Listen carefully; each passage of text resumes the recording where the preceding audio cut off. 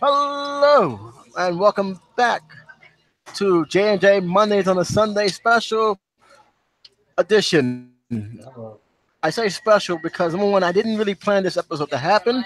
You can thank Josh again for this. Well, what did Say hello, you? Josh. I did. All I Um, sent you was like, "Hey, check this. Look at this bullshit going on." Then you're like, yeah, "It's your yeah, fault." and man, I didn't even pay no attention to what's going on to this drama. I didn't even know people was leaving, and you show me this, and I'm like, okay, well, it's two sides to the story.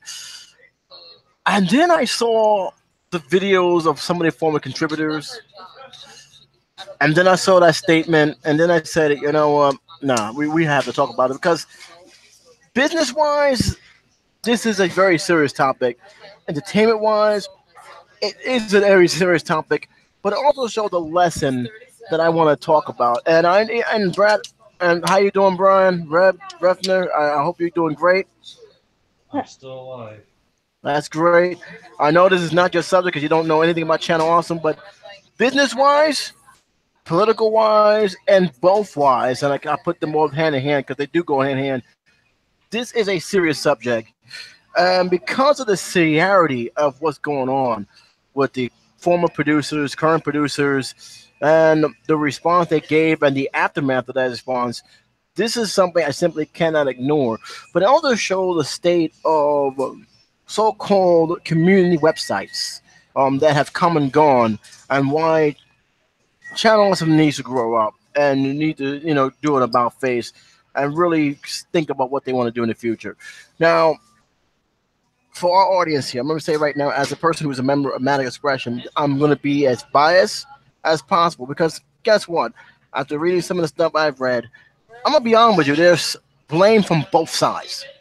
I'm not going to say that the producers are all innocent here because there are some stuff that I have seen, I have read from producers saying they was treated or they themselves have done some stuff. They clicked that Mike J have mentioned, Mike Jarvis from Shameful Sequel have mentioned. This is not the only thing that's been brought up. Of course, Hope Chapman or Brian. I still consider him as Jesse Otaku, who had done a great job anime. There was a serious fallout on that from the Spoonie situation, which I don't even think he even do videos anymore.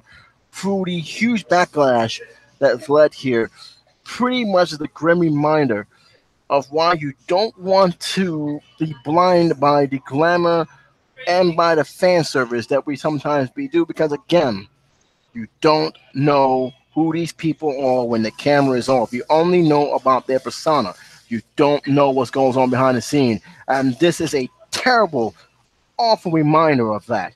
And before we get to this topic and meet at hand, Josh, do you want to say something real quick before we proceed with this? Because guess what? We're not doing anything else. We're talking about this. All right, there's no other topic after that because this whole thing is gonna take up a while.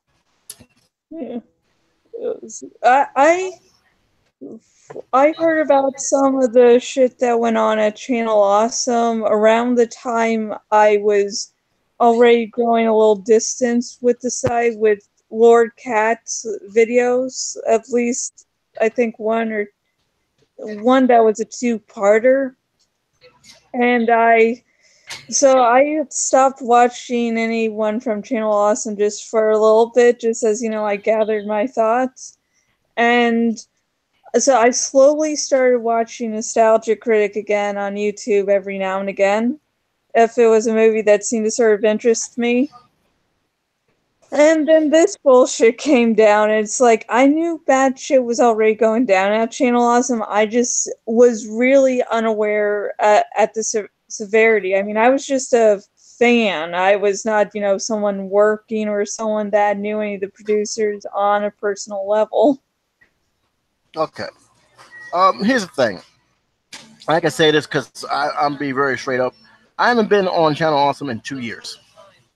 The last time I think I've been on it, and it wasn't because of that incident, but there was a big fallout where a lot of producers have left. It happens. Some of them did not express why they left. They just said they wanted to move on. Lindsay Ellis, which I had a feeling she was going to leave anyway, She moved on. She was doing Chapocalypse, I believe, for a while. That had a fallout when Blimp went down, but she still does YouTube videos, and she's done fine. I actually like her newer stuff a lot more than I actually liked her as the Nostalgic Chick. I didn't think the Nostalgic was that great, but I always felt that she had a different analytical style that I liked. Overall, you see Browns Hell High, you had Fearless, you had the school, but they all left, and some of them did not leave in good terms. Now, there have been a lot of stuff about harassment and everything else. And, okay, I heard about this. They fall in bad terms. I didn't think it was that serious, in considering the stuff I have recently found out from Spoonie's video and how he explained it. I'm bringing Boone Spoonie up for one reason, because this actually brought my attention a lot. And this is why I have to ask. And could you bring Brian to the fold? Because I want to ask him something, because this is very important. I want him to explain the definition of something. Okay. Okay. What's up? All right. What is the definition of a company? A company is usually a license. Oh, they don't have. Well, depends on if they're selling something. Company is a structured organization.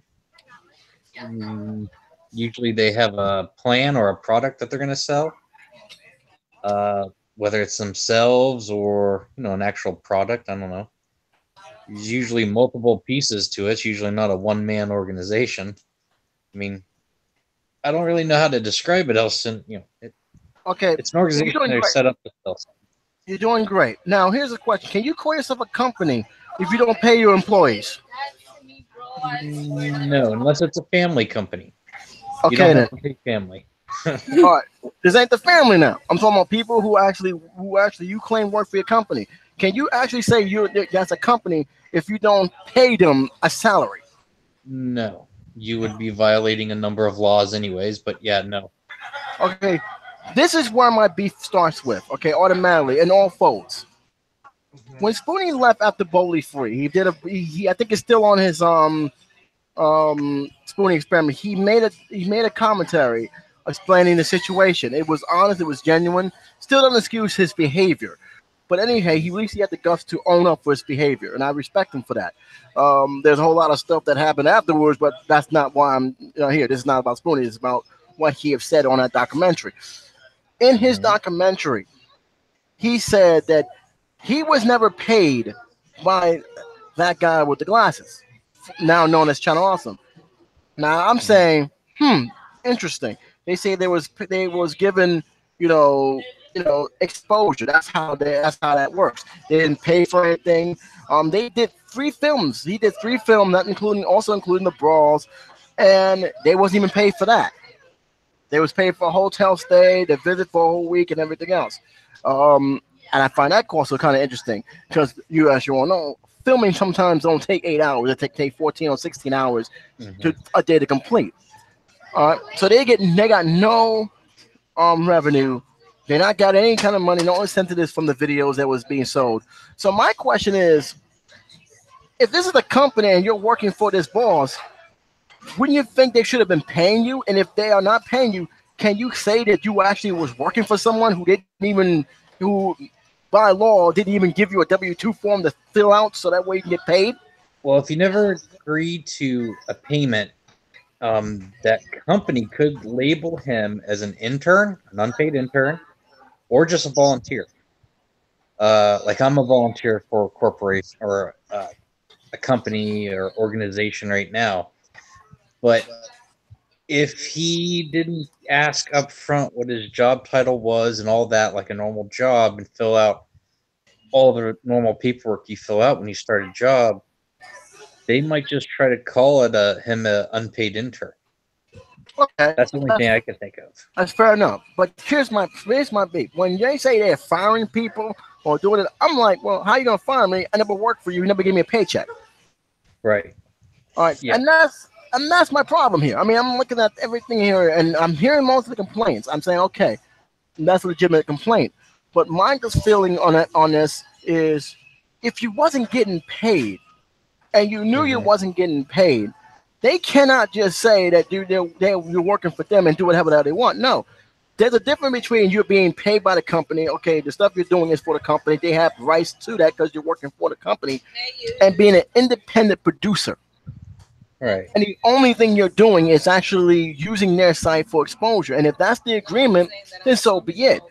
But to say that you actually work for the company when they ain't actually paying you or giving you any incentive or anything that is company related in terms of how to do practices, I find that I find that very hard to believe. And two, why would I even agree on that, knowing I'm not getting any money, but yet they're getting my money? So again, I had to ask that question. And I've heard the complaints, but here's the one thing I want, and I think you even agree with this. It's the one thing that Johnson can have shown me. What's the definition of corporation? Because I know the answer to this.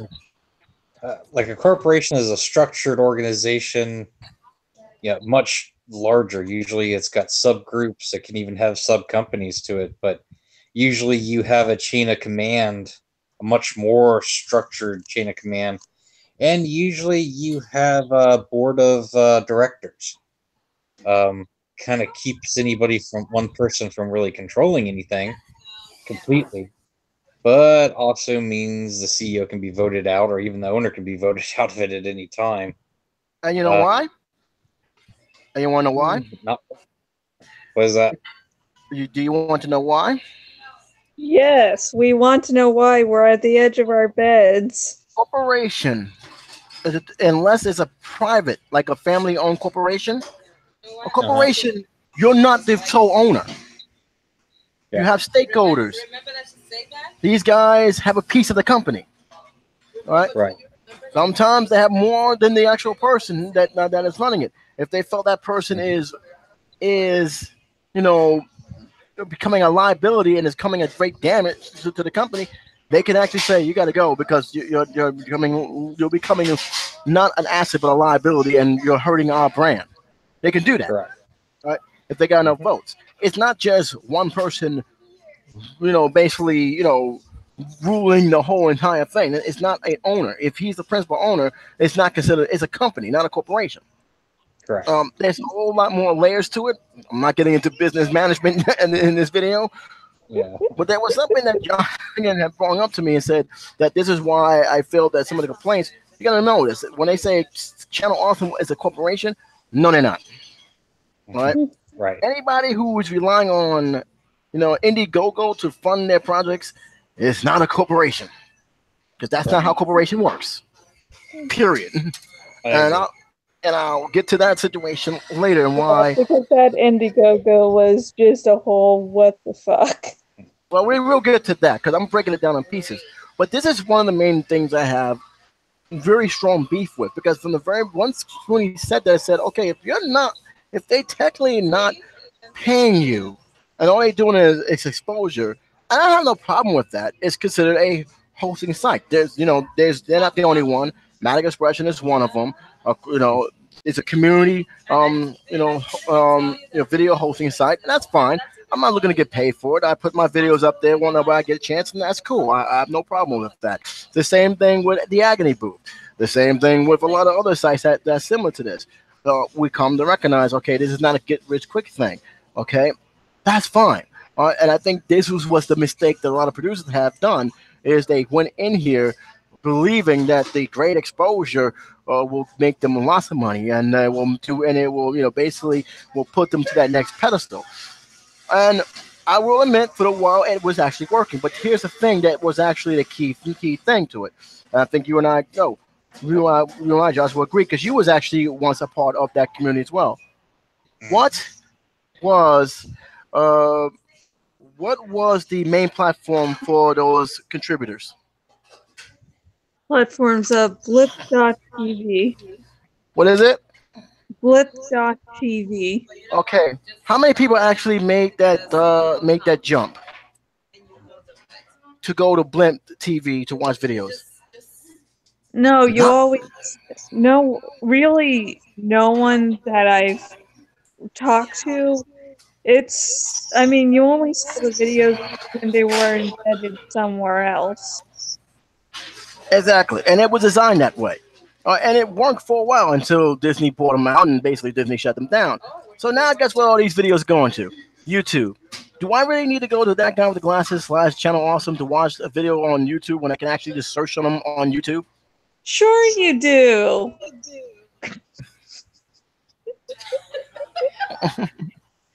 I could, but I don't want to. Well, that's the that was problem. good background noise timing. I'm not, but here's my problem here: is if the video's on YouTube and not on Blimp, then the chances of somebody actually going to Channel Awesome or any of these social websites is going to be less because again, they know it's on YouTube. I just search on YouTube and support them. And from many producers that I've heard from, they haven't had a time getting revenue from YouTube. And again, this is something that I felt if you're a company, you should foresee this, especially after the events that happened on Blimp. Okay, how are we going to keep our channel relevant? I don't think Channel Awesome have done that. Period. I really don't. Because, and all the evidence had to go with some of the stuff they tried and failed badly that led to almost being a federal lawsuit against them. We don't need to know, we already know what that came from. But besides all the situation, I felt that from what I'm hearing from both sides here is one thing I will say, I'm not going to make the producers all innocent here. I'm very, very mixed on some of the stuff that was coming out. I'm very, very heartbroken from some of the stuff coming out because I do believe that grievances to be legit. All right, is there any proof? No. This is the bony problem I have. Is like, it's he said it's not really anything that justified them being liars or even being true. But from what I'm seeing, even from people who actually work at independent contractors, those who they worked at 8 hours only got paid 1 hour and a half. That's a problem. Yeah. All right. This is the problem that I have with the site more so than bad communication and bad business modeling. You can't do that. All right. And I'll just go by the stuff that I've been hearing from a couple groups. Because again, Obscurus Looper and a lot of the people who has been posting there, this is building up from 5 years ago, 4 years ago, from the specials to her dismissal. I can understand that anger. That anger has not gone away. So like, and you can say, okay, this is her business, venting her anger, finding a way to go after them. Lindsay Ellis, pointing out some stuff which I did not know existed. I didn't even give it my thought when I saw Boldly Free about the scene with her and Nankara. So again, it's like, okay, this may be just, bad vibes or some of the bad feelings they have went through over the years. But then Nankara left. Now, this is not just any producer. This is one of the top guys in that site. All right, and I was surprised. I have been told you already. In fact, I said I was surprised that he left. So I decided, let me read what he had to say, because if anybody who's going to be genuine and honest, it's going to be him. And I read what he said, and I gotta say it broke my heart because it does sound like he was trying to be that mediator between the higher ups, which is Mike Bashad, the Walker brothers, and the producers. And the fact he said in his own word that he failed, I felt first where he hadn't failed because I think out of all the people who has been successful, the most successful out of all the producers was him. He really, he started from the ground and worked his way up. And even though he's no longer with the site, he still has a strong enough fan base and a strong enough production behind what he does that he can go on even without Channel Awesome. Yeah. And that's good. I'm very happy for him. He even became the middleman, trying to tell those don't harass no one on the site. This is where I was concerned. This is why I was very, very iffy about making the video, a solo video, because I've said, okay, no, this is not my fight. This is not my thing. What's going on is internally. I was more concerned about Lotus Prince. You saw my tweet, of course. Yeah. He doesn't have this site. I mean, I've watched him. It's like 9 out of 10 times, except in like an instance or two. outside of Channel Awesome. He's one of those producers that does well enough that he doesn't need the site. Exactly. And look, and whether he even said why he left, um, I can only guess. But then again, I don't want to because he may have a different reason. Just like a lot of other people may have different reasons, but he left. But I was worried about him. I didn't want him to get harassed. I recently, before coming on this podcast, was tweeting with Kat Thompson, who was known as the Cat from way back, and she left years ago. And I was concerned about how she was going to get affected because it's been a while, and I didn't want her to get harassed over something that really had nothing to do with her for a long time. And she tweeted back to me. She always tweeted back to me, and I always appreciate her tweeting back to me. So I'm concerned about that. And then I saw other videos. I saw Deanna Cybercat, whose husband used to be a contributor before she took over the ranks, and she said that communication was an issue. That was the main issue. Communication. They changed the rules and they won't tell nobody. How you gonna change the rules and not tell nobody? The Patreon account, where they saying they didn't want nobody using Patreon and was taking a fit of Patreon, even though, again, you're not paying nobody for these videos. Why are you concerned about them putting Patreon in their videos? You're not paying them. Yeah, they need to make money somehow, so you can't take away how they're earning money to make videos, which brings people to your site. You want them to continue to be able to produce, which means they need money, which means if you're not paying them, they need to find means to support themselves. Exactly. And again, I don't mind the Patreon thing. I know a lot of people say they use Patreon as a tip jar. And some people don't even ask for that much. All right. And I find it kind of odd that they were mad about people using Patreon when they used an Indiegogo account, and the money they was asking for was just, I just can't believe it. And for the prices they're asking for is even worse. Oh yeah, but that's the Lord Cat video I watched. Went into detail over all of it, all of the benefits of donating a certain amount. It really sounded cocky, sounded arrogant, and it really sounded like you don't get it. And I don't remember doing a video. I remember talking about it. And I'm saying if you're gonna ask for $6,000, I don't want a video. I don't want to be a part of your critic. I want a piece of the company. I want to be a shareholder. I'm not giving you just a tip. I'm giving you $6,000 of my hard-earned cash. And the fact that the money that's in the thousands, and you could even pay me for a plane ride to go over the side, to see how production works. God, yeah. They couldn't even fucking pay the goddamn plane ticket.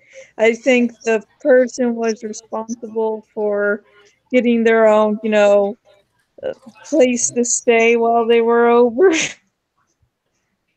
To me, that's the kind of practice I don't like. And I'm like, if you're going to start doing that, and this was years ago, you might as well just go to the bank and ask for a loan. Or start doing practices that consists of business. All right? You're relying on a system that doesn't work. And by the way, that Indiegogo is the reason why they have not had a successful fundraiser since, other than the fact of the charity drives they've been going through. Because of the wait. After doing that shitty Indiegogo, they're surprised that they're having problems with fundraisers. They still do fundraisers, but they had other stuff they were doing themselves, like something for themselves, like Indiegogo, not the charity drives they do. Well, they do a lot of charity drives, and I'm not mad about the charity drives. I think they do a good job of charity drives, but in terms of anything else, well, for rumors had it that Indiegogo don't want nothing to do with them after that incident. Oh yeah, and Indiegogo said, "Hey, you're being sort of shady here," and so Channel Awesome just did the bare minimum to get Indiegogo off their asses. No, that bare minimum it's a beautiful failure. It really is, but. Again, these are kind of stuff that really bothers me. I say, if you're going to start doing this, you need to have a better foresight how business works. You need to have a business plan. You need to know where you're really going to go forward. Don't do something off the wind. Because here's the thing. Besides that game show that failed miserably, they had shows that never even seen the light of day. Now, keep in mind, this ain't $16,000 they raised. It was $90,000. Now, Brad, are you there? Yeah. What's your Yeah. opinion? You have $90,000 and for a game show, and you didn't, and you only made 12 episodes with other stuff you're supposed to do. Never seen it like that. Don't you think fans deserve to be a little upset? Yeah, I would. If I And gave somebody money and they screwed up after that, yeah, I'm gonna go after somebody. Try to ruin somebody's career. At least. I mean, this is the point I'm trying to get here. I mean, and I want to focus on this a lot because here's the thing. As much as I'm hearing it, and we can say that, oh, they're lying or they're not lying. I don't think they are. I do believe there are some things, and I'm going to go with Mike Jarvis, what he said, that is disturbing because this is not the first time I heard about it. And even Brian Hope Chapman, aka formerly known as, just they talk about blowing up some of her experience, she didn't go into detail with. And this is why I don't like clicks in social websites because they think they're better than everybody else. When in reality, should never be the case. But the business practices of that guy with the glasses, now known as Channel Awesome, was horrible. And the latest videos I've seen with Sad Panda, I haven't heard from Sad Panda in years. And for him to just be trashing Doc Walker and the rest of Channel Awesome, it's like, wow, what have you guys done? Do you know what that looks like? You know, you guys and it looks bad. It looks pretty bad. But here's the breaking point that I really found. This was like when I said, I called Josh and said, "Yo, we gotta do this. You win. We're gonna do a video. We're gonna do this thing." I don't care if what you feel that the producers are saying is completely false or over exaggerated. I don't care if you tried everything in your power behind the scenes to try and do damage control. When you bring out a statement, I'm gonna let you talk about this, Josh, because I can't. This was When you fucking. make a statement like that, don't. Oh no, my brother, you just messed up hardly. Because here's the thing: since they made that statement, I'm gonna give you the names of some of these guys who left. Nash, Chris Duckman, which I always follow on YouTube anyway. Yeah. Film Brain, Last Angry Geek. You had some a couple guys who did video games. You had a total almost 10 guys in this weekend. It's left 15,000 subscribers undescribed and counting. All right, I could not count how many producers once upon a time that was on that guy with the glasses Channel Awesome. They have 15 independent producers left. 15. And a lot of the big names have left.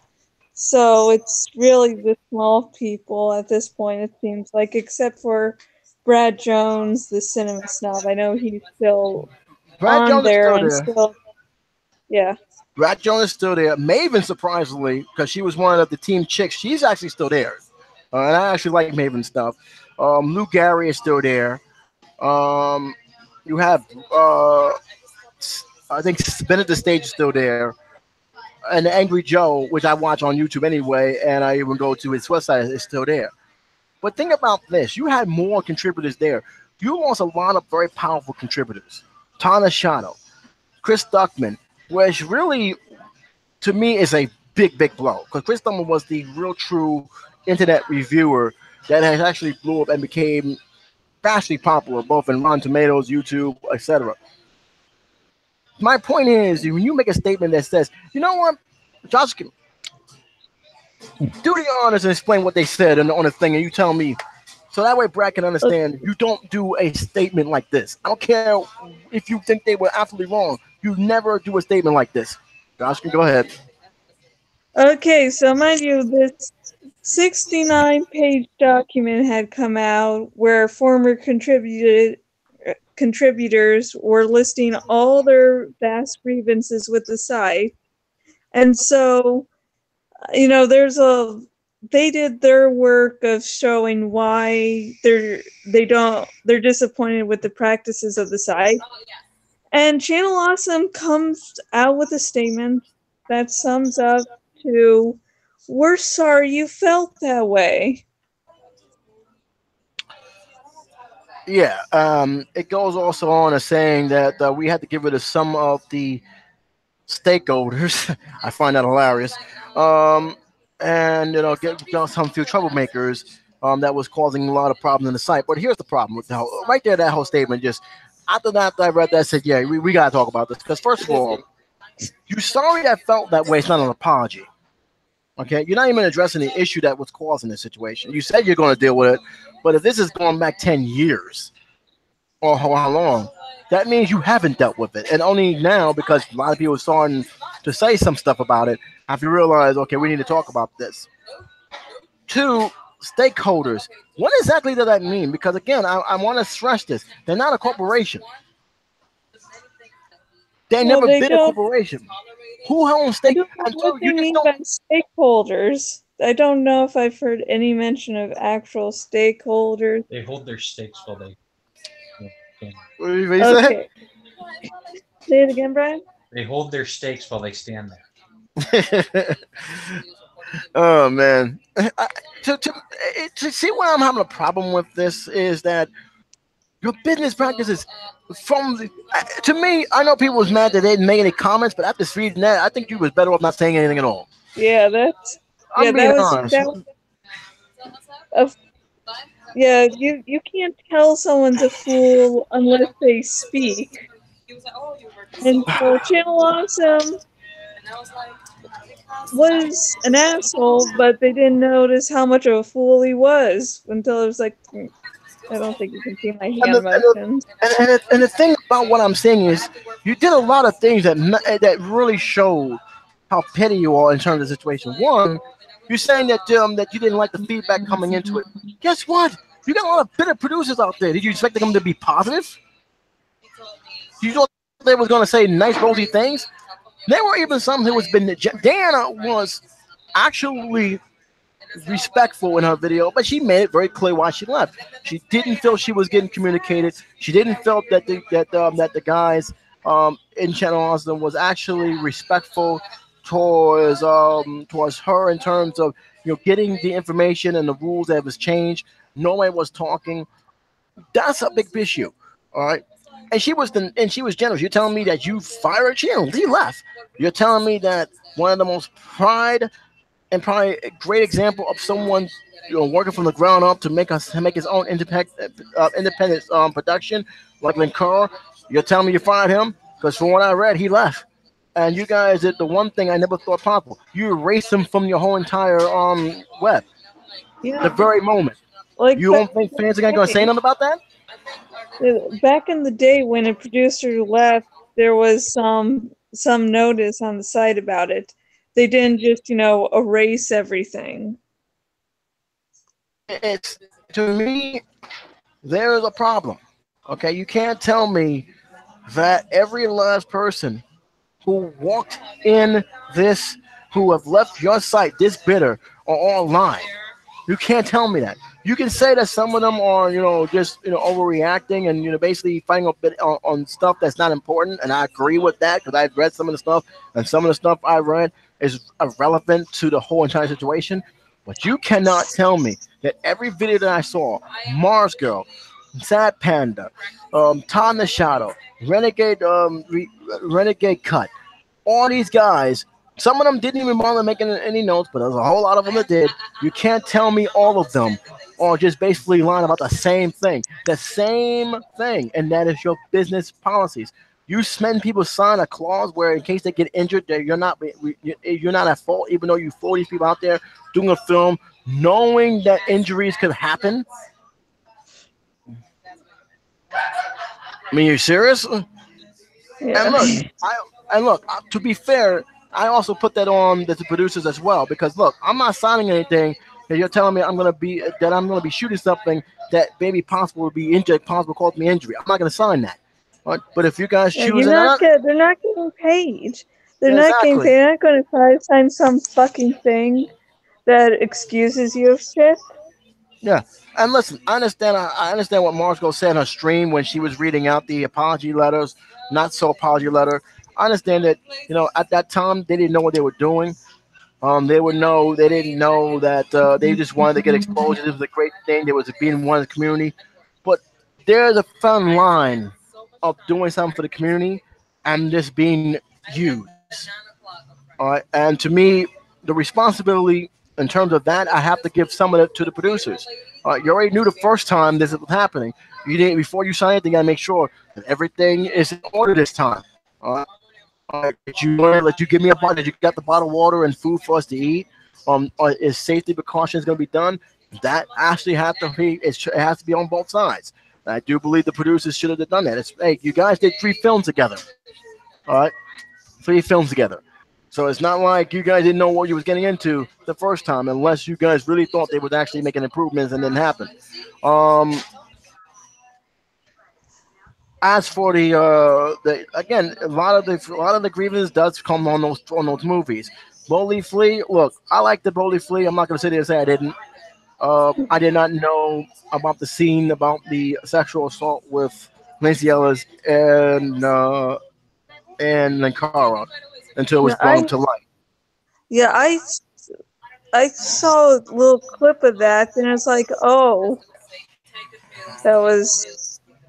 I could definitely see that after looking and hearing about it. I'm like, oh, this is just a tone down from the original.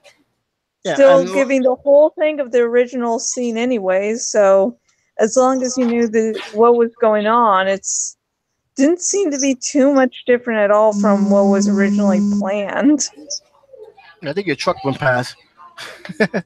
No, this is not. I'm filming this on my phone, and I got an alert from Twitter, so just search well, check the phone.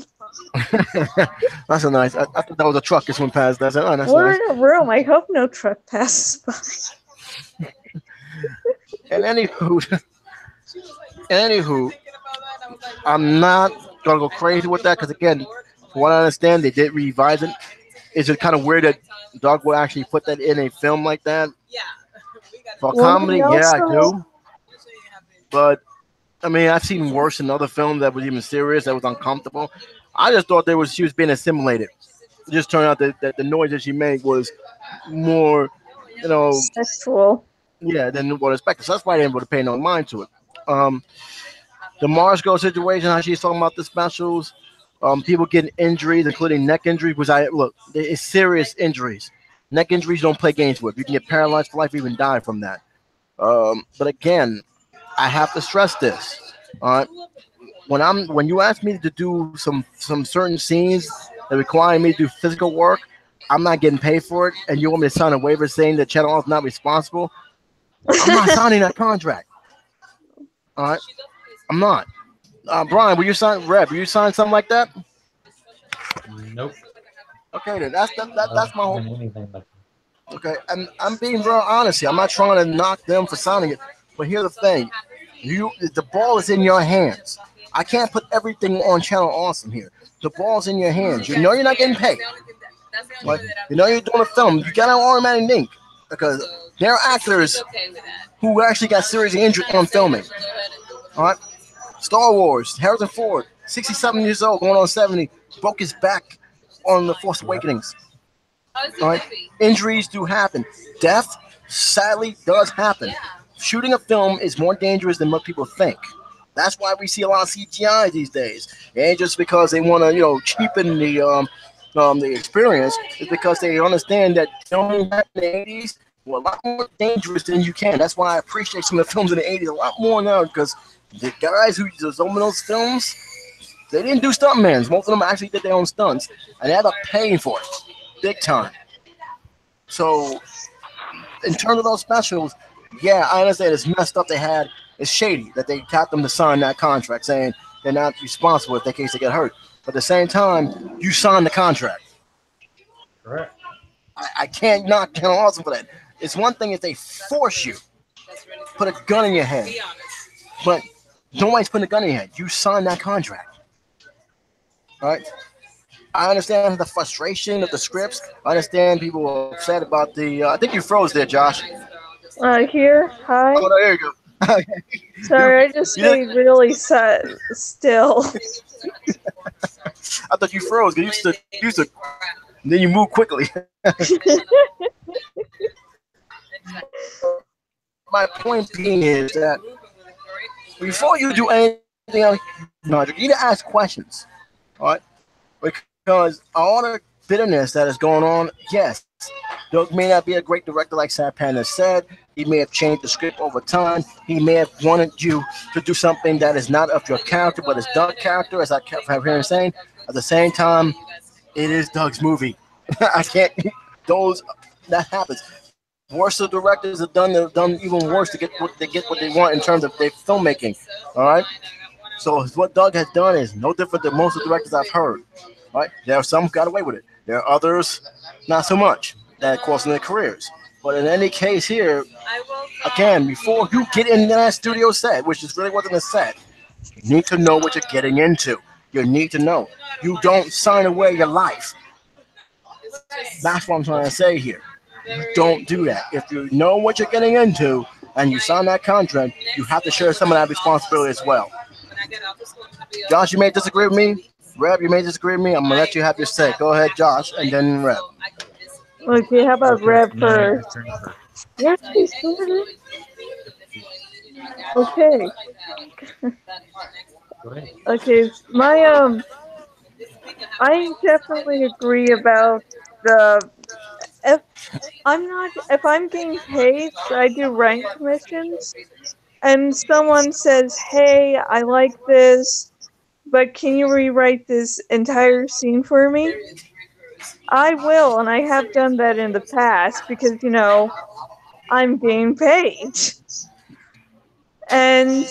But if someone asked me the same thing, like, "Hey, I like this thing you did for me without me having to pay you, and you did this out of the goodness of your heart. Can you rewrite this entire scene?" No. I'm not going to waste all that time and effort to, rewrite it, do something that will take up time and effort for you if there's no benefit, because it's like, what you going to fucking do to me? Just be angry? Woo! If somebody asked me to do What about you, Ron? like rewrite it, something, and I did it for free the first time, and they're kind of a dick the second time, I'll be like, okay, I'll rewrite it, and what I'll do is I'll take the original one, wipe my ass with diarrhea between each page, put it back in a manila envelope, and send it back to them. Maybe hand deliver that. There's always going to be You shit something on with me, two. and I'll shit on you. Now, again, like I said, I'm not trying to knock. I'm pretty sure they went for a lot to deal with this thing. I'm not saying that they have every right to be angry, but again, as someone experienced a situation like that, you don't sign anything unless you know what you're getting into. I'm sorry. It was a terrible move, a shady move for Channel Awesome, no question about it. But again, you signed the contract. I can't. There's really no fighting that. You signed that contract. That's it. I know why they signed it, because they didn't want to get sued in case anything happens. But then again, that's the reason. If they had to sign a contract knowing they don't have really true insurance to insure their employees, if they didn't have no food and water on set, which is something that you kind of expect to see on set, that's a red flag by itself. Yeah. They had to be, the walkers had to be told about providing food and water for those on set. And the 69-page document got added onto. And Iron Liz, she mentioned the food problem on set. It's like they're shooting at a park before the park actually opened, and it was either that, yeah, there was definitely no food for the cast and crew to get to while shooting there. Never mind, it was fucking cold. So, you saw Suburban Nights, how, sort of how some of those outfits wore, and imagine that being in the cold without being able to get warm quickly. Yeah, it's to me. Look, you know, these are not AAA movies. Okay, I grant you that. You know, these are films that are done pretty much as I like to call, you know, backyard theater. That's what I call these movies. They're not fan based because they're not based on anything else, but they're backyard theater. They're mostly done in the home, with very little budget and a few cameras. That's fine. All right. But there still should be responsibility from those of the who is managing this thing to make sure they all have the accurate supplies, accurate food, accurate medical team. All right. There's a reason why a lot of these things cost a lot of money to make because they have to be prepared. You have to have the right people, running the cameras. They have to make sure the lighting is good. They have to make sure nothing is going to electrocute the actors, let alone make sure there's a safe thing possible. The reason why is, well, all I'm going to say is this. Look at the Twilight Zone, the movie. That's all you need to know about why film revolving helicopters did not shoot until Terminator 2 Judgment Day. That's how much of an impact. That's the unsafety consequences that has happened by shooting that movie, and Hollywood still is feeling that to this day. So when I say about this, when I'm very stressed before you do anything, read it first. Let them talk to you about it first, and make sure they are very clear and precise of what they're going to do in terms of what safety is. For me to hear that kind of argument from three films, not just one. I know people mostly talk about the Kick-Ass here and Bodhi Free, but you had three films to go through. If they didn't make the improvement by the first film, and they're doing the same problem as the Rise, you know what? I'm not getting paid. I'm not on the contract. I'm out. Yeah. I'm out. You're not going to risk my health and my safety for that film, and that's where I think that the producers should have started talking. Another situation that goes through. I don't. I'm very hesitant to talk to this guy. I'm gonna let you talk about it, but the Mark Ellis thing, Okay. um, is disturbing. It's sad. From what I was heard from Musa, I forgot what YouTuber I saw this from. His video's still up. He explained his experience with Skype and how he was making very serious advances towards him. And he went and spoke to Mike Machad, and Mike Machad responds, "Well, I told this guy not to do this," and basically say get back to him. If you knew about it the first time, that's already a red flag for me. Wait, this guy did it before, and you kept him on as CFO? Are you kidding me? I don't know what to say. Now, eventually, he was fired. I don't know what it was, according to mixed stories, mismanagement. But the one disturbing about it is Holly Christie Brown, and Matt Expression had mixed feelings with her from the very beginning. But I never really saw her as a bad person. I think all in all, I think things really started going downhill when she left. Kind of surprisingly, things really started getting bad when she left. But when you ever put somebody in a safe house, that's already a problem. All right. When you're working people every day, including holidays, that's an issue.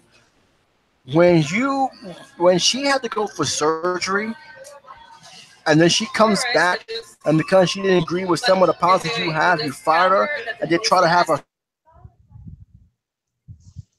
Hello? Jockerly, you got cut off. Hello. Yo! Hello. Hello? Hello. Hello?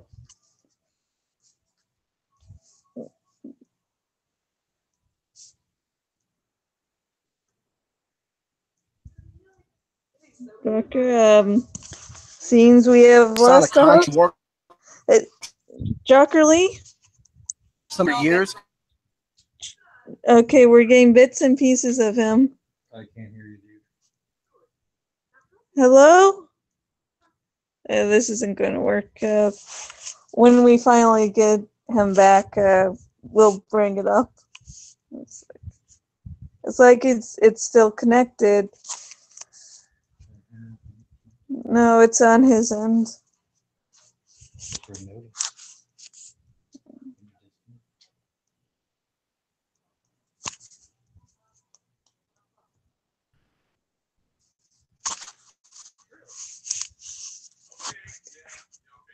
Okay, okay, that thing.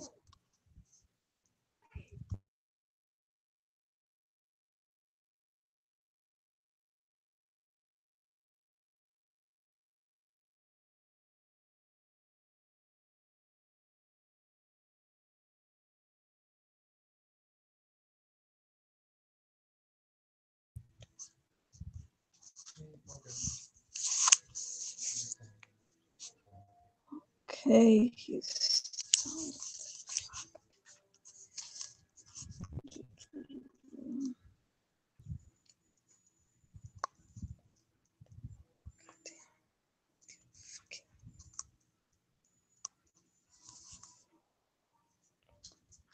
Let's check in the account.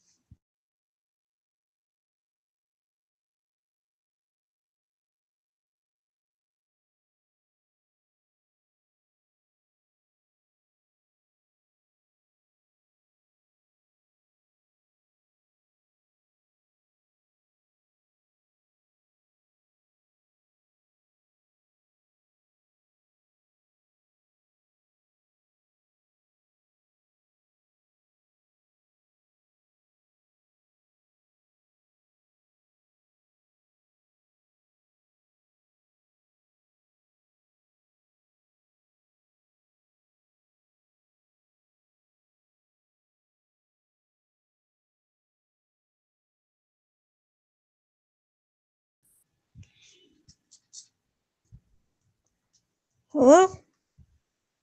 Goddamn.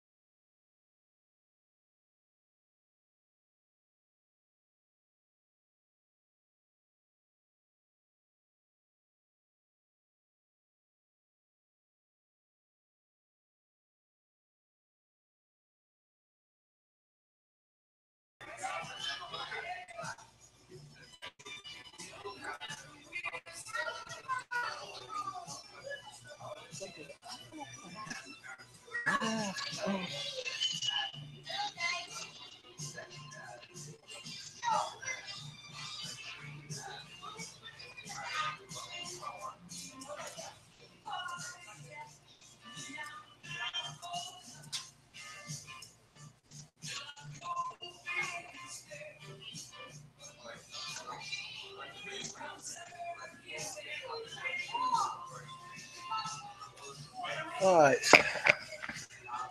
guys. I don't know what just happened. I hope you guys are looking at this. Hopefully, I didn't lose anything here, but apparently, we had a stream out. I like to call that. Basically, we just lost connection, and that led to us starting over again. Hopefully, we didn't lose anything that we have went through. Yes, Johnskin. But we was basically talking about some of the stuff that's happened with the YouTube thing. We'll probably do a recap of some of the stuff in case we lost what we were saying, just in case. I'm hoping that doesn't happen. But in any case, we were talking about pretty much Channel Awesome. Their database are awesome right now. The last 2 weeks, it's been disastrous for them. And this all stems from change to the channel, a trend that's going on Twitter.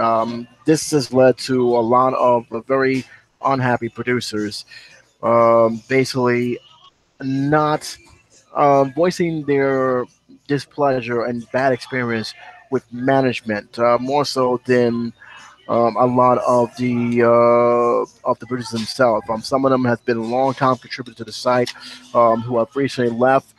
Some of them, including Mars Girl, Sad Panda, you just name it, they're there. Lindsay Ellis, Lupa, also known as Alison Perkler.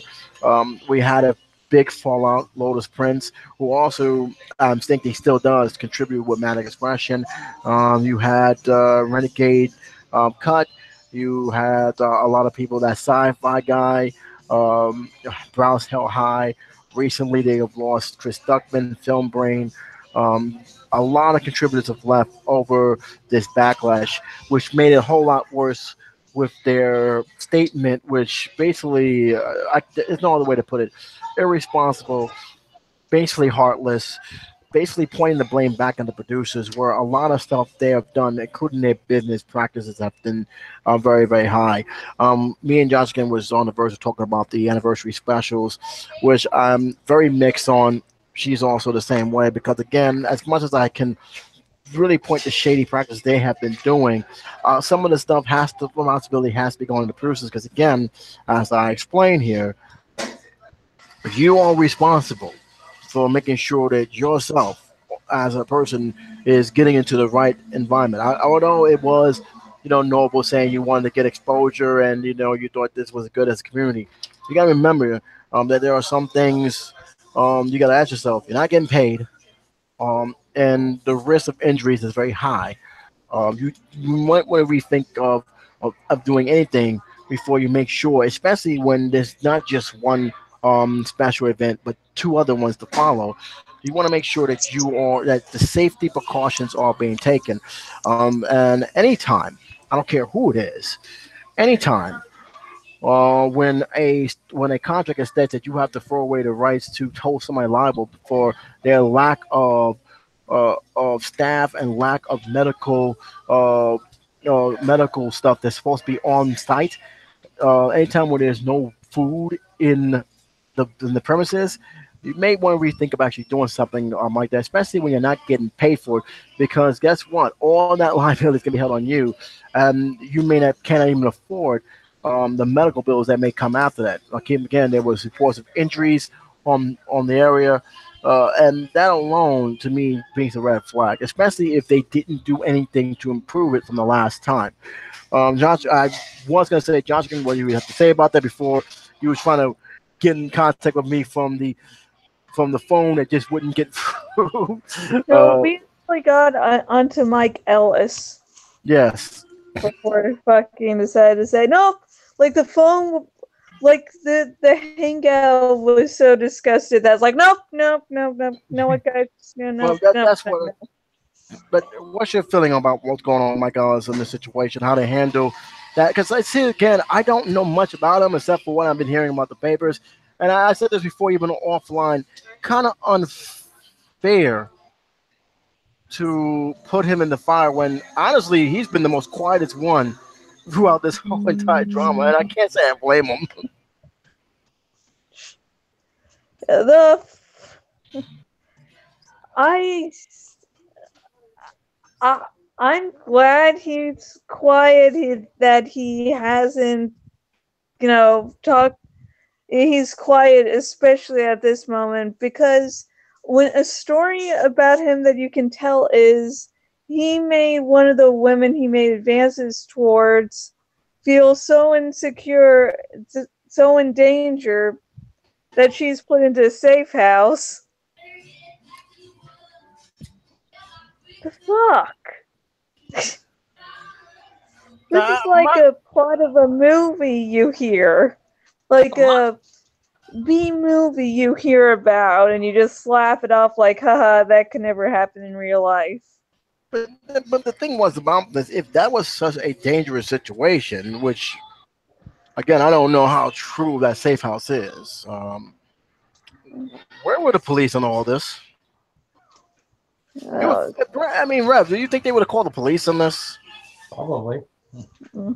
I find it strange that they themselves took it upon themselves to put her in a safe house. Where were the cops in all this? Yeah, the only thing that actually makes me believe this is Holly was the one to talk about it, and I trust her. She's been really one of the most honest people on the site, and one that held it together, so if she said some batshit crazy thing happened, I'm more inclined to believe her than, say, Doug Walker. All right, and again, I don't want to go. I don't want to go crazy about the situation. I really don't. I want to be very respectful because that is not a very experience no woman should have to go through. No. But these are the many problems that I would deal with. And you know that I'm going to the business aspects for a reason. What else have I missed out? Okay, let's go right straight to Mike Jarvis because I actually, out of all the videos I've seen what Deanna said. And I think those two personalities, along with Nick Carter, I hope more genuine than what I see in the document. Mike Jarvis had brought up why he left Channel Awesome, and he said that in his own thing that they was doing an anniversary special, and none of the producers wanted to talk to him. None of the producers wanted to say what it was, and I can understand his frustration because again, the one thing that Channel Awesome and most of the these video sharing community sites always said that we're as one, we're as a team. Can't say you're a team if you're a clique and you're holding information that other producers can do. Can't say you're a team when you're putting people high above a pedestal while everybody else is pretty much looked down upon. All right, a perfect example. And I'm praying this is not true. I'm hoping it's not true. Is the fact that everybody knows Juwario. Juwario to me was a very great father figure in Channel Awesome. He left on good terms, which we can all say that he left on his own terms. I've seen some of his videos, both on YouTube and on Channel Awesome, and his passing and how he was passing was heartbroken. And then you hear the story about one of the producers, not very popular, wanted to do a tribute video, and the fact he was told, you know we can see it, right? Yeah, I know you can't see the bullshit that's going on here, but continue. The fact that this producer was told that he didn't have enough views and he was not good enough to post a tribute video. I was told not to do it and let other higher ups do it. To me, it's disgusting. Yeah, that was so much fucking bullshit because the Juwario tribute video should have fucking been done out of the goodness of the heart. It's Mike Machado should have gone, oh, well, you're not popular. That's not the fucking point of the tribute video. Tribute video is done so a bunch of people get together and share their thoughts. And for Rev Resner, who doesn't know about Juwario, he committed suicide. So, yeah, So this one lower tier producer wanted to make a tribute video for him because of that, because he was so well loved and how his passing was just really tragic. And that guy was told, "You're not popular enough." So just trying to get that bull. Yeah, and there's the thing. I'm hoping that's not true because this is the first time I've ever heard something like this. But here's the point. Again, you're not paying these people. You're not their boss. Who are you to tell me what I can and cannot do? I'm gonna fucking make that goddamn tribute video. Get some people together. I made a tribute video on Entertainment Roundup. It was for him because he was that kind of a figure. He was that kind of person. I was shocked when Fanfic Critic had mentioned his passing on our forum in Manic Expression. I was surprised.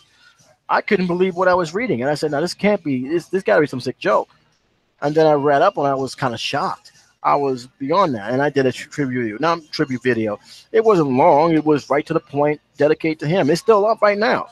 So, yeah, I wish anyone from Channel Awesome, including Mike Machado, saying you shouldn't do a video because you don't have enough views. I don't care if I have 5 people looking at that video. I don't care if they had 1. I'm still making that tribute video.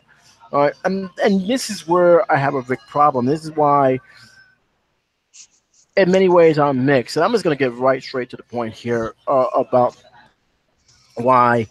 And for Worlds of Manic Expression, this also involves some of you guys too. Don't take this the wrong way.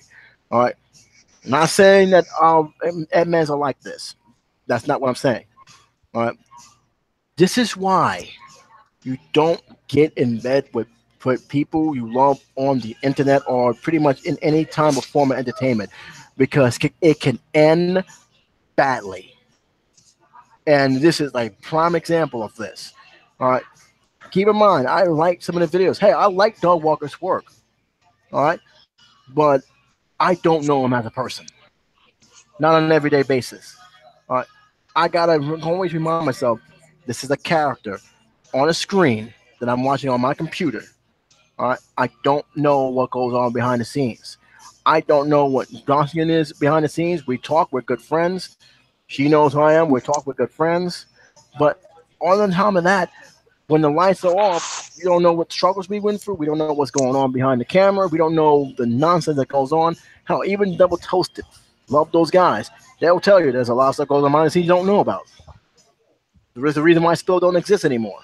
And it ain't because of what they did, but because of the political nonsense they did, and that would lead to Double Toasted. There's a lot of stuff that goes on. All right. Again, this is nothing against anyone from either from Manic Expression or any of these sites that's going on right now. You got to be mindful of some of the stuff that you may be dealing with. There's a lot of politics, and a lot of it could be BS. It could be nonsense. All right, and nothing can prove that worse. On the producer side of the Channel Awesome, okay, you guys are bitter. I understand it. Okay, I'm actually kind of glad you actually put this document up, because at least open up an eye to the fan base that shows this is what's been going on, this is what's happening. Because I'm pretty sure that Channel Awesome was not going to talk about this. All right. Yeah, and with the one time it did talk about it. Yeah. All right. So this kind of stuff is very important because, again, I'm talking about. Yeah, and the reason why I say it's important because and this is from Channel Awesome directly, if you're going to run your site like a business where you want to do other stuff, want to get sponsors, you need to start acting like a business. You need to start putting policies that is both ethical for both the people who work in the company and those who actually contribute to the company. All right? All right? The fact that you're not paying them, okay, that if they sign that agreement, if they understand that, that's fine. I have no issue with that. But don't try to mistreat them like they're nothing. Don't act like the rules of ethics don't apply to them because they're not, you're not paying them or anything else. You're dead wrong. Because here's the thing that you don't seem to realize, all right? Since that document came up, you lost more subscribers than you can actually count. That's one. Two, major people, major well-known people have left your site. You don't think for one time they're going to tell other people from different realms of the social media network to be worried about your treatment of the producers on that site? Do you think that sponsors from major networks, from commercials all the way down to even those of the smallest quality, will not be aware of what's going on the site? This is bad PR at its worst. And the fact that you have not actually addressed this issue could actually kill your site just like that. I can't. They should have hired like a PR person to write a statement so that the statement actually looked like a goddamn apology. But here's the thing, and I think this is where Sad Panda have brought up, and I don't think he's just very blunt, and he has no reason to lie about it, and I believe what he says. He said there's people there who probably have this open this business has no clue how business works. It definitely feels that way. It's one thing to have a business, but if you don't know how to work that business to make it be functional, it won't never work.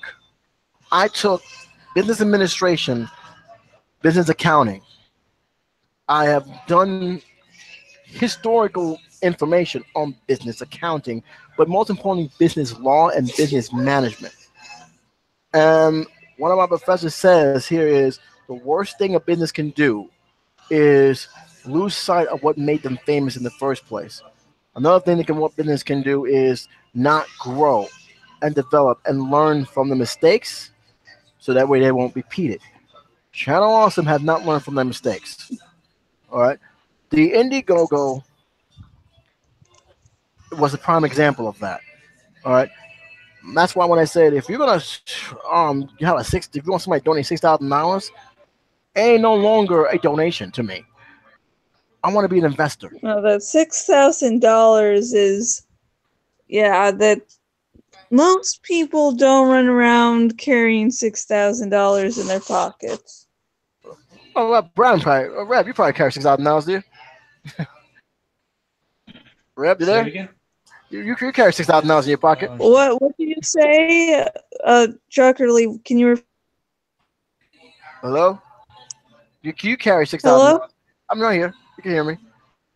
You carry I $6,000, Reb? carried $6,000 on me. I haven't seen $6,000 in over 6,000 days. But that's my point. You're asking fans who are working, average working fans, to donate a lot of money, and your prep for that is what? Oh, the chance to be on an episode of the Nostalgia Critic? No, no, no, no, no, and no. And without any payment for travel or room and boarding either. I would put my testicles on the webcam and say, "Here's my ticket. Come punch it." Well, that's my point here. It seems like, and it's been like this for a while, that your business plans really is not really a business plan. That you're going on a system that is not business savvy. Indiegogo is not business savvy. I'm sorry. All right, it never has. And here's the fun thing: is you want to do a game show? I got no problem you doing a game show, but you do know that even some of these networks, like NBC, CBS, with these game shows, they have sponsors, right? These prizes don't just come out of nowhere. Someone is sponsoring those prizes. Somebody has insurance for these prizes. There's a whole lot of things that just go to a game show that you think. Without those sponsors or that commercial revenue, which people don't realize that's a big thing, that game show don't exist. Who Wants to Be a Millionaire? Yeah, they got insurance people. They're looking at that and say, "Hey, man, I'm gonna make these questions hard. Here's the prize." They're getting something out of that. So it's not like and that's another thing is a story that you want to make a game show with no prizes. How does that work? What's the point of having a game show? Game show with no prizes. What did that make any sense to me? No. What was that? What was that, Rev? It's called just doing stupid shit for free. And yeah, that was the whole point. When I saw Pop His Hot Shot, that's what it's called. And I saw one of the game puzzles was Hungry Hippo, whatever it is, catch a fish, the toy thing. I'm like, Yeah, you guys you just didn't think this through, did you? You really It didn't. was, the $90. most I saw of the actual game show was someone did a video about their reaction to Channel Awesome, and they showed a clip of like maybe a 5 second clip of Hungry Hungry Hippos, and I'm just looking at, and they say beforehand, I did not edit this footage at all, and it's just like, the fuck? $90,000. That's what we got. Look, I understand. It costs millions to do a game show. Those prizes alone is worth almost $100,000 to $400,000. I know you guys don't have the budget for that, but that's my problem. While going on They didn't have Indiegogo, a budget for the actual game show part, and never mind the price. I was just stunned, and that was the whole thing. And the fact you almost got investigated by Indiegogo themselves, this is the thing I have a problem with. This is the thing I always had a problem with Channel Awesome. You're trying to run a business, but you don't have a business plan, nor the resources to try and make yourself more than what you already are. And that's the issue. You bought a studio. Okay, fine. Did you invest on any soundproof glass? Sound dampering? Did you invest on making sure that the studio is up to par of what you need to become a studio? Who's renting out the studio? Are you getting revenue from renting out the studio? If all those answers is no, you just wasted $90,000 on a building that's never going to be used other than the Nostalgia Critic. That's the problem. People will call you out on it. What is your plan in the next 5 years, next 10 years? And I'm saying this respectfully. Don't think I'm just hounding on Channel Awesome, because here's the thing. This goes for any startup business. When you go to the bank, they're not going to just give you money. They want to say, okay, so what's your business plan? This is when you go to college and they show you what a business plan or how you're going to work this. What's this all about? Because if they're going to invest the money, they want to make sure that what the company you're going to invest on, big or small, is going to succeed, because they're investing on your success. Who else is going to be involved in this? What other money you have? That's the most important thing in starting a business. That's when people say that it was a corporation. You're not a corporation. There are certain criteria that you have to become a corporation. Unless you didn't follow those guidelines, you're not a corporation. You want to call yourself a business? That's fine. Obviously, you're getting revenue. You're paying taxes on it. That's not an issue.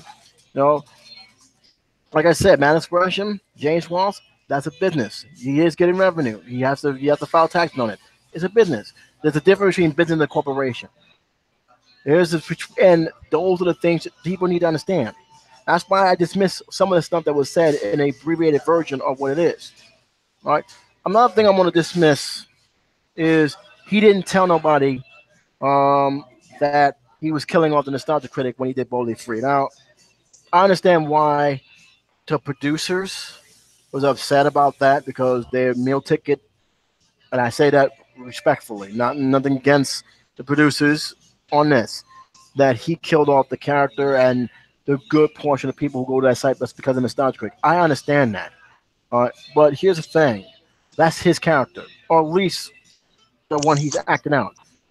If he chooses to end it, he chooses to end it.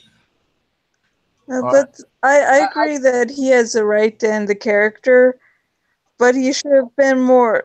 He should have been more open, because the producers were worried again about their own money issues. And that's the problem. And so, and that's the problem. He should.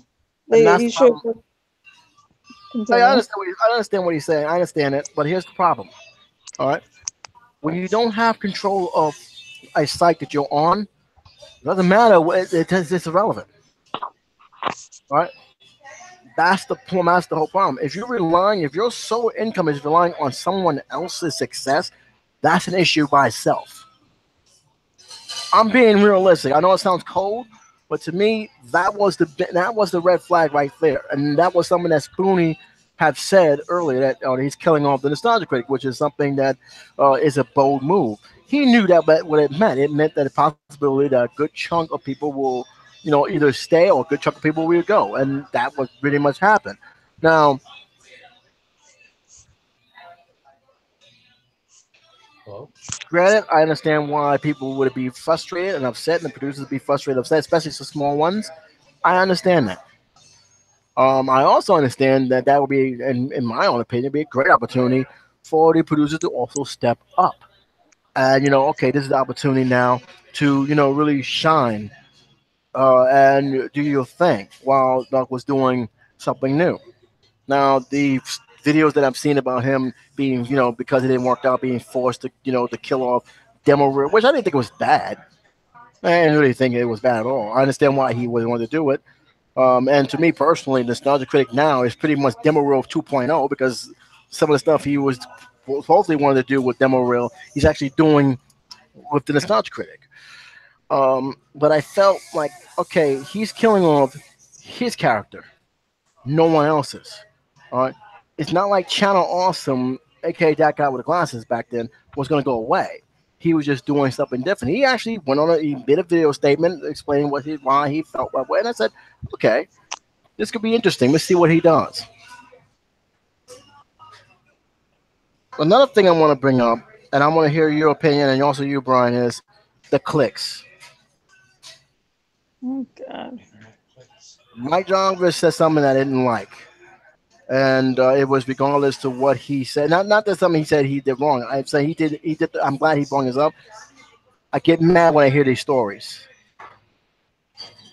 If someone recognized me on YouTube or recognized you from YouTube, and they gave me a picture showing their appreciation, I'm gonna cherish that picture. I'll go to the place and frame it because that means I've done something, I impacted somebody, and I appreciate the little fan base I get. I really do.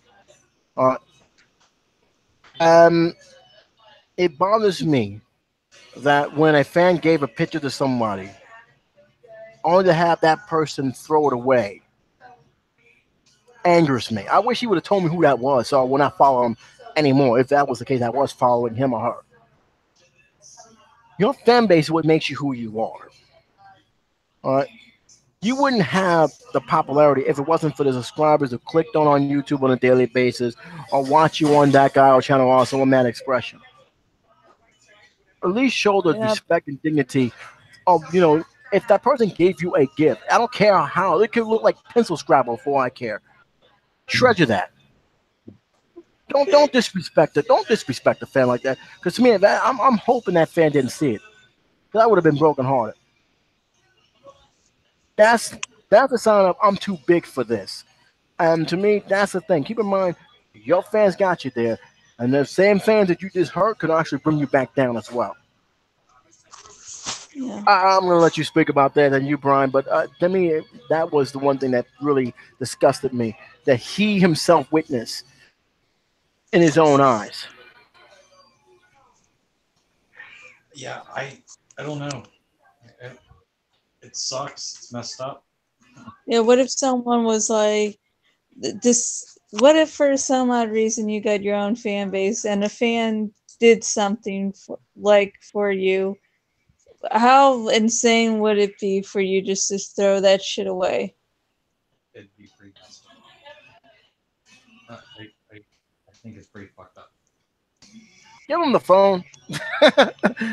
I want to hear. I can hear him when you get the phone. I know he's sleeping. I was just saying that it would be pretty fucked up to do that. I would never do that. Yeah, that's pretty terrible of him. And he should go to hell. And that's the problem I have. That's why when I say with a lot of these producers, I'm going to tell you right now, not all of them are innocent. Spoonie did some terrible things both on Twitter, which we witnessed ourselves. Jesse Otaku, there was a lot of stories with them. So if you want to say that these people are perfect, they're not. I'm sorry to say this, they're not. They did some lot of stupid stuff themselves. And the click situation, I get angry about that because it only brings resentment. I like the shirt, by the way, but it only brings resentment. It only brings resentment. That's why I never really, and thank goodness Mad Expression never did this, try to have these tiers. because when you do that, it brings the situation that you're not good enough to be on that site. You're not good enough to be a part of something big, and that's the thing that generally bothers me when I see that. All right, and you hear it from a lot of people. That they're not the he wasn't the only one. All right, so as much as you want to get on Channel Awesome, the producers that's been long gone, even the producers that's still there, you need to look at yourself too. Seriously, look at yourself. I have to look at myself. People man have to look at themselves. Look at yourself and ask yourself, what have you done to also not to also bring this situation to light? Because here's the thing, this is not new. A lot of these grievances are from years past. Years past, where this is now bubbling up. Are you telling me that we're just now hearing it from everybody like this? I'm not going to say why he brought it up now. I'm glad you brought it up. But again, years pass. Lord Cat says some stuff about this situation. He didn't get exactly any support from Warm response. Yeah. He didn't get too many support there. Granted, how he handled some of the stuff was inappropriate, especially with the Spoonie fiasco, and how it ended up causing his fan base when he said he wished he committed suicide. That was not good, and that was not a good move. All right.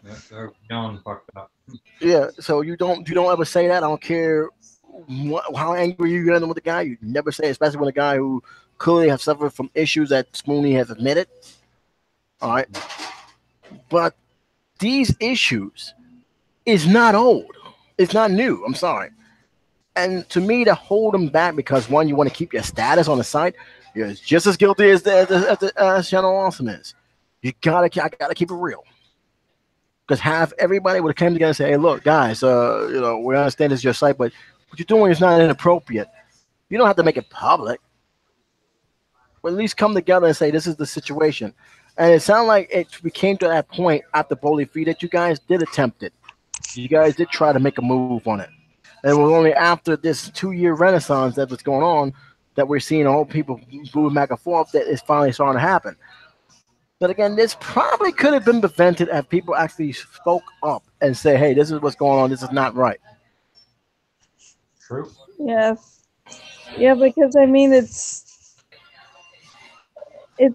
like choosing the so-called fame on the side over actual things that need to be called out. It's like, what the fuck are they going to do? They're not paying you for starters, so oh no, you're going to lay me off of a site that wasn't paying me anyways.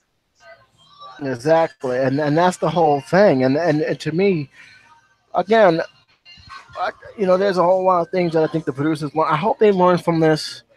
I hope they become better. Look, I'm still supporting Marsco. I'm still supporting, Lupa. I'm still supporting, Top of Fort Walden, Cara, Lewis. I'm supporting these guys. These guys have helped me out for a lot. And Doug Walker, from time to time, I watch his videos. I'm not saying that he's not a great, talented guy. My issue is more with business practices and why this type of practice never worked. And all you have to do, put Channel Awesome aside, look at some of the third-party so-called producers on YouTube. You don't hear much about them anymore. There's a reason, because number one, it was more scam than actually helping out content providers. Maker Studios is still around, of course, but then you also have Epic Rap Battles. I don't know who else is on Maker Studios, but then they got a good rapport.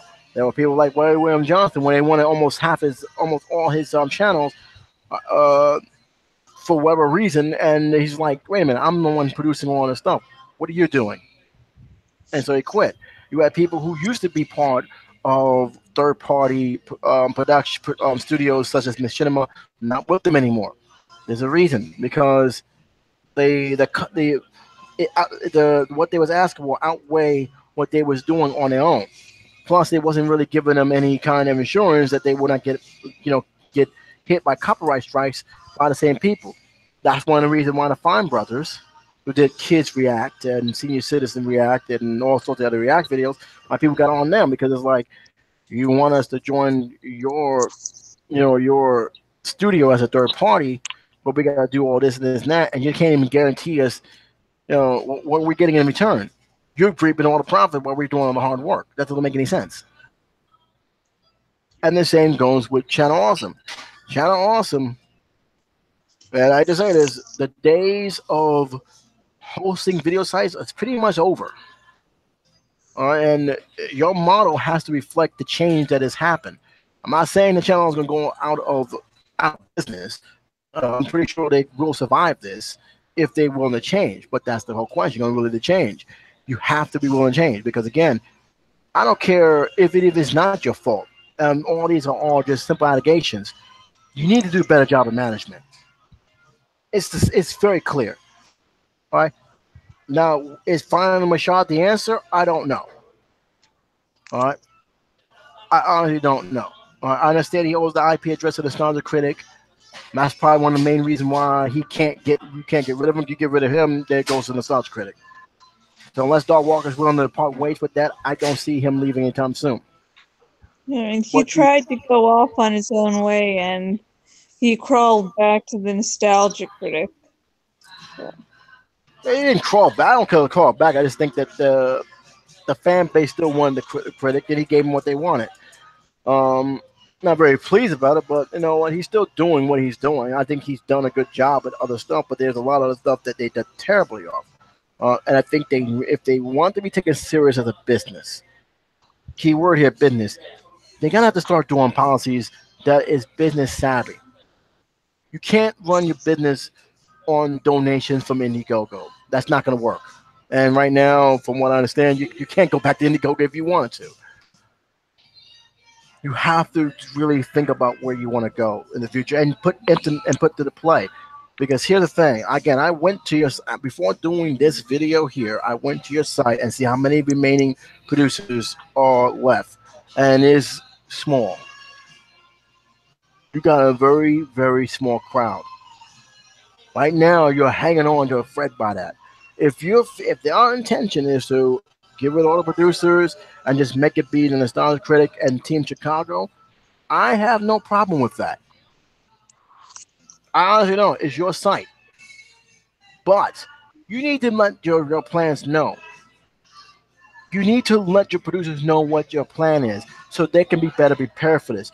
Keeping silent about it, cutting people off just like that, even though they have actually dedicated years of service to you, showing a statement like that, and that's the most heart-wrenching of all. You had a terrible statement. I don't know who the hell wrote that. I'm hoping it ain't Dark Walker. I really hope it ain't. But whoever wrote that, you should be coming and say, what the hell you think you're doing? Because that made things a whole lot worse, and that pretty much simplified what every last producer been saying about what your practice are. That you don't care about their feelings, you don't care about their feedback, you don't care about what they've been going through, all the complaints they've been doing over the years, and you're just basically throwing it on them. Oh, it's too bad. You've been hurt for what we're doing? Too bad. Deal with it. We're gonna move on. But most importantly, here's the thing you need to do. Most importantly, and I'm gonna leave it at that, and then do a little conversation because I don't want to make this rank all day because I have things to do. Stop pretending you're helping these producers when you're nearly not. Stop. Because again, you're not paying them. All right. And if anything, you're making money over their work because they're driving traffic to your site. All right. If you can't communicate, if you can't give them advice on how to make things better, and all you can do is criticize them and downsize them, you're not helping them. You're hurting them. And maybe it's time for a bunch more critics, bunch more producers to move on, whether it be on their own, by YouTube, or just from another site that actually gives a damn. If you really start caring, start actually taking in the feedback. You may not like some of the feedback you may have, but sometimes the negative feedback is what helps you grow. Yeah, sometimes it is people going, you're being a fucking moron. That you go and reconsider, yeah, I was doing something totally stupid and idiotic. I better change that in the future. Because here's the thing, again, you can easily tell somebody is trolling or somebody's just upset by something. But when there's a string of pattern going on from different people, that's when you gotta say, okay, I didn't know this was going on. Tell me more. What was happening? And then work on it. Take notes. As far as Mark Mashal is concerned, again, The whole thing about playing PS1, him just playing, or Xbox One, what you want to call it, him playing video game all day, he's not doing it. So I just got one to say, if you're CEO or owner of a company don't realize that owning a company is a 24-hour thing, and that he needs to be on top of what's going on, then he's not truly an owner, and he's basically becoming a toxic waste. If that is the case. All right, and again, I don't know how much they can do with Mike Rashad. I seriously doubt it's just Mike Rashad that's doing this. I think all the point is pointing on him, and they feel that if you fire Mike Rashad, everything go away. Here's the thing. They also did point out that the Walkers, Doug and Rob Walker, are also complacent and aren't helping the situation when they could have. And that's the whole thing. You can't just assume that it's Mike Rashad. Is Mike Rashad? Yeah, he's the CEO, but you also got to look at who else is involved in that circle. Okay, that's why when I say this, when I see that thing, I said, okay, there's something going on. But here's the thing I also do to understand here is they better do something, because again, when I read, and let me see if I can find it. I'll tell you what it is, what it says here. Give me a minute. Give me 1 minute. We'll give you 3 minutes. I'm just looking for Channel Awesome. I don't like going to Wiki. I really don't. I would not recommend anybody go to Wiki, but this was actually backed up because I did my own research on the matter. I'm going to tell you how many in the last 4 days that have left Channel Awesome since this whole thing blew up. March 18th, in March of 2018, that was when this when Car left. Todd and the Shower also left on March 18th. Here's the controversy and criticism. It says here as of April 2nd, 2018, the grievance has been compiled and made public by document published by Google Drive. Among them is an anonymous allegation of sexual predatory behavior, including grooming of an unnamed producer from the website. The accuser, an 18-year-old Jane Doe, further alleged that after informing Channel Awesome management about these abuses, the producer was dismissed within a period of approximately a year. The official Channel Awesome Facebook and Twitter page issued a response stating they wanted to do what is best for the channel, and they are taking steps to improve the circumstance of the communication with producers. Should have been done 10 years ago. The statement... Yeah. And this is what it said. The statement was criticized by fans and former Channel Awesome producers.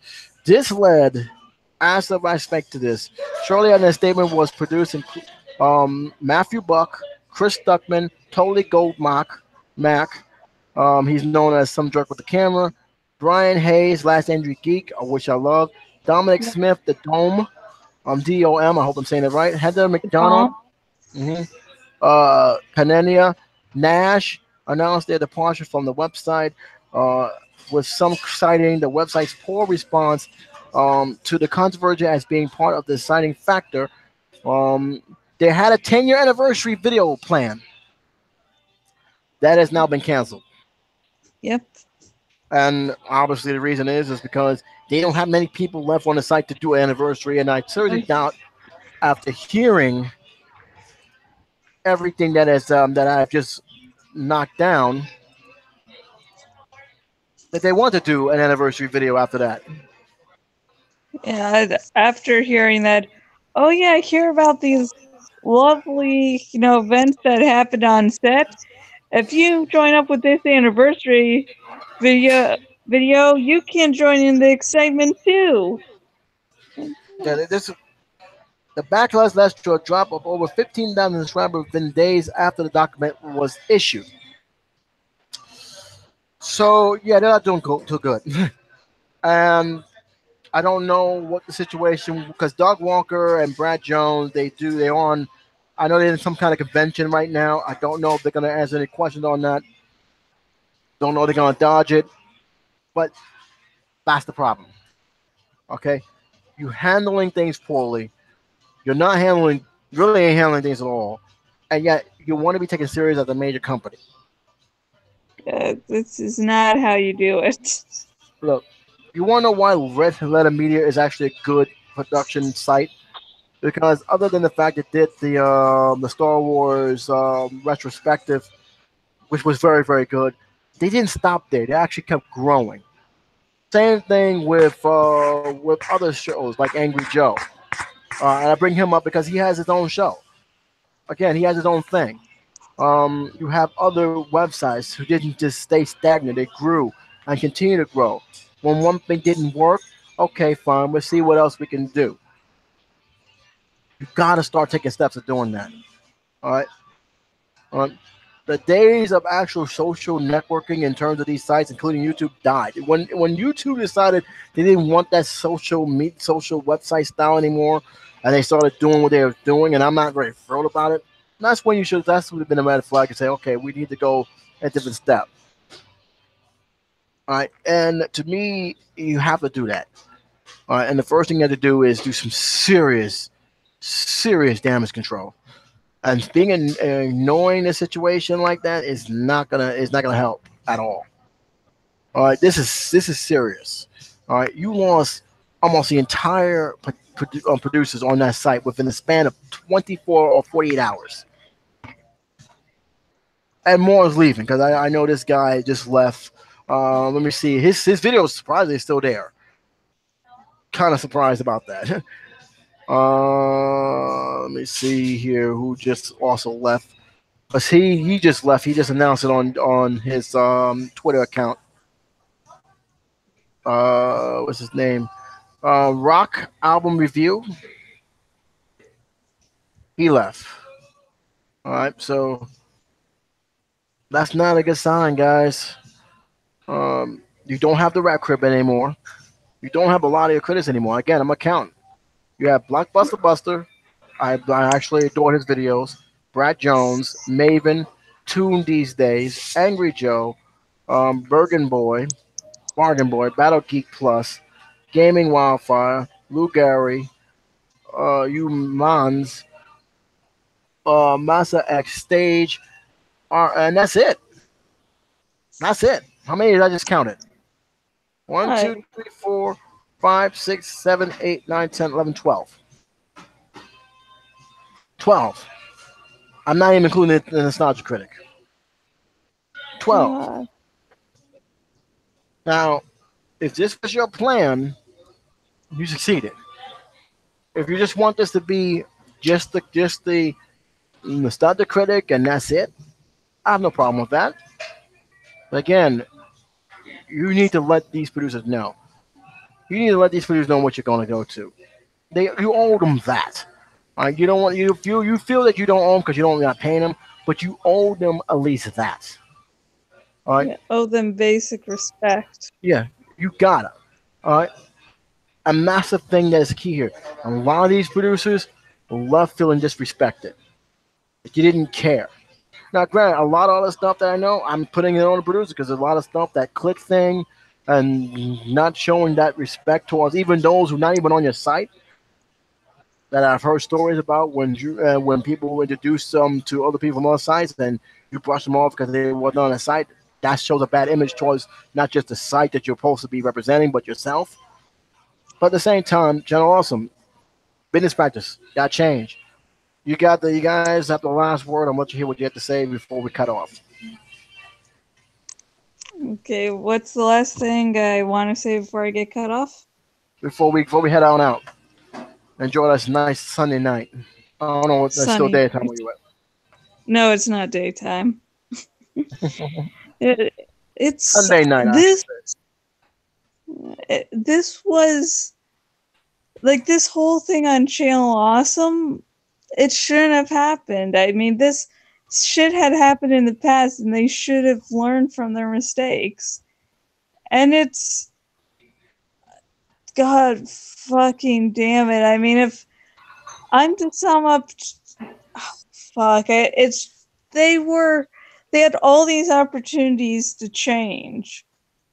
And they, as a company, show that in the past, which is all we have to go on, that they have refused to change, which means there's a high likelihood that they won't ever change that. These miscommunication, these clicks. I mean, Mike, from Shameful Sequels mentioned that he's like, oh, they're doing a 10th anniversary video, so maybe this time they'll change and they'll learn from the fact, and the clicks will go away. And once he saw the clicks coming back, he just fucking left. I mean, it's just a bunch of mess, and unless they change, there's not going to be a site, because they'll keep on repeating the same mistakes again and again, unless enough people realize this is so stupid, I'm not going to do this. If enough people don't, sign up there as producers, they won't have anything. And they'll just have to try to make it, all about Doug Walker and showcase him off, which they've really been doing. There's been no real, from people who have kept up with the site, there's been no move away from that. And it's like they'll be getting what they want to if they continue with this, of just Doug Walker. Well, Reb, I know this has not been your major Reb topic. is out of the room now. He is taking care of some business. Wish you would have told me that sooner. Again, I would have probably just ignored it. I said, okay, this is typical nonsense that I'm hearing again, and typical stuff that I'm not gonna get involved. But then Kara left. Okay, yeah, now we got a problem. Hit. I respected Linkara, even though I haven't watched him in a few years, just how I watch things on YouTube. I usually go to obsessing about one topic or another. and so, yeah, but yeah, when he left and he made a statement, I was already open-eyed about all the bullshit that was happening already. And, Obscure Lupa talking about stuff on Twitter. But once the big names really started going, that was the point of, oh, fuck, maybe this is the point of either which Channel Awesome will learn or they will fall. Yes. And just for the record, guys, look, I don't want to see Channel Awesome fall. All right? I had great memories from the videos they had. I mean, I was mesmerized of Dog Walker charisma and comedic style with as a nostalgia critic. I'm still mesmerized by him, more so as a actual critic than being the persona. I really want them to succeed, but you cannot ignore the stuff that's coming out from the channel, from these producers. You cannot ignore these kind of things. Yeah, you can say some of them are petty, and I agree. Some of them are petty, but you can actually filter out the petty stuff from the actual main problem. The business practices and the communication. Those are the two things that is consistent. And you cannot tell me. You may say that some of these producers are bitter and angry and want to get back at them, which they did tweet saying this had nothing to do with us attacking them. We want them to make it better, and I do believe them. But you got other people who were not on that level and actually expressing them in a respectful, polite manner. And I give you the two producers you should take a look at. All right, Sad Panda is one of them. Three actually: Sad Panda, Mike J, and Deanna Cybercat. All right. I need to check back with Deanna because Cybercat, she was the one to do the Silent Hill videos, right? Yeah. Yeah, she brought me on to becoming a Silent Hill fan, and I've watched her videos on YouTube. So to me, it comes to this. Change the channel to me should be more of change the damn policy. Change the business policy that's happening. Recognize that even though you're not paying them, and look, if you want to make it as just a hosting site, so be it. That's your site. That's fine. But you need to understand there's a responsibility. If you're going to make this a social site, you can't put pressure on them. You can't put the situation. You want to make a rule, only one video and blah blah blah. You want to make one video a week. You need to make it fine, but make the rules more, concrete. And if you're going to change something, you need to give them a heads up. All right, due to this reason or this and that, we're changing the way videos are posted effective this date. All right. Is there any issues come up? I understand that you guys have a very small staff. I understand, but that's why you have to have a better communication. Emails, okay, what's going on here? What was going on? How's going on? That's why we have moderators. All right. That's why you have this situation. If you want to be a company that want to advance other stuff, you need to have a plan. Don't just do it out of whim. That game show you guys did was a bad move, not because you made a game show, because you didn't have a full plan of how to implement it or what it really takes to actually make a game show. Nobody did their resources, and it turned out to be an absolute joke. And yeah, I do believe fans have a right to complain and call it as a scam because, frankly, $90,000 and all they got was that. Somehow. Bullshit. So that, to me, is business policy need to change. The attitude on how you deal with producers need to change. And just most importantly, being aware of all the grievances that's happened. Take those grievances, even the ones you don't like, take them all. And say, okay, this is what we cannot do from now on. If we want to be a serious company, we need to take this to account and make sure we implement plans and policies and way to respond to our producers so it won't happen again. Because, again, I can't stress this. It will only people who you don't think is watching you is actually watching you and saying, well, wait a minute, you guys are that guy with the glasses. You had that situation with your producers. Why should I give you my hard-earned money to invest in your channel when you can't even treat your own employees with respect? Big businesses do look at Twitter. Don't think they don't. They do, and they can use what they say on Twitter, as well as what criticism they have on another company as leverage of saying, I don't want to sponsor you. Don't put your video, my product on your site because I don't believe in the policy that you have. It has happened. Just ask some of the people in YouTube and why they've been going through these demonetizing lately. There's a reason. I don't agree with some of the policy, but at the same time, they have a right to protect their own brand, just like any other company does. And if your company is toxic, they have a right to pull their advertisement. They have a right to pull any type of resources away from that site based on the stuff they've been hearing alone. So I'm not going to say change the channel. I'm going to say just change the damn policy and grow and learn from this. Start fresh. And do not ignore the issues that are constantly being brought up again and again. When they keep throwing it like that again, you need to deal with that immediately. And with that, I'm just going to close out. Thank you again for everybody out there who has been watching this. We'll be going back to our normal routine next week or the week after, depending on schedule. Last week we didn't have it our show because Easter Sunday and holiday like that. I don't like to do any videos on the holiest day of the year. But we're back on track again, and we'll be back on our usual stuff because guess what? Summer's coming, and we got a lot of movies coming out, and I want to talk about these films that may or may not be good. So we're going to be talking about that. For those who want to know, yes, I've seen a trailer for Johnny English 3. I'm kind of surprised they actually did a third one, but who knows? But we'll talk more about that as the summer lineup begins, because there's a lot of films that I'm kind of looking forward to, including rumored films that's coming out in 2019. So, Josh, before I head on out, I want to say thank you again. Tell Brad whenever he's finished doing whatever he's doing.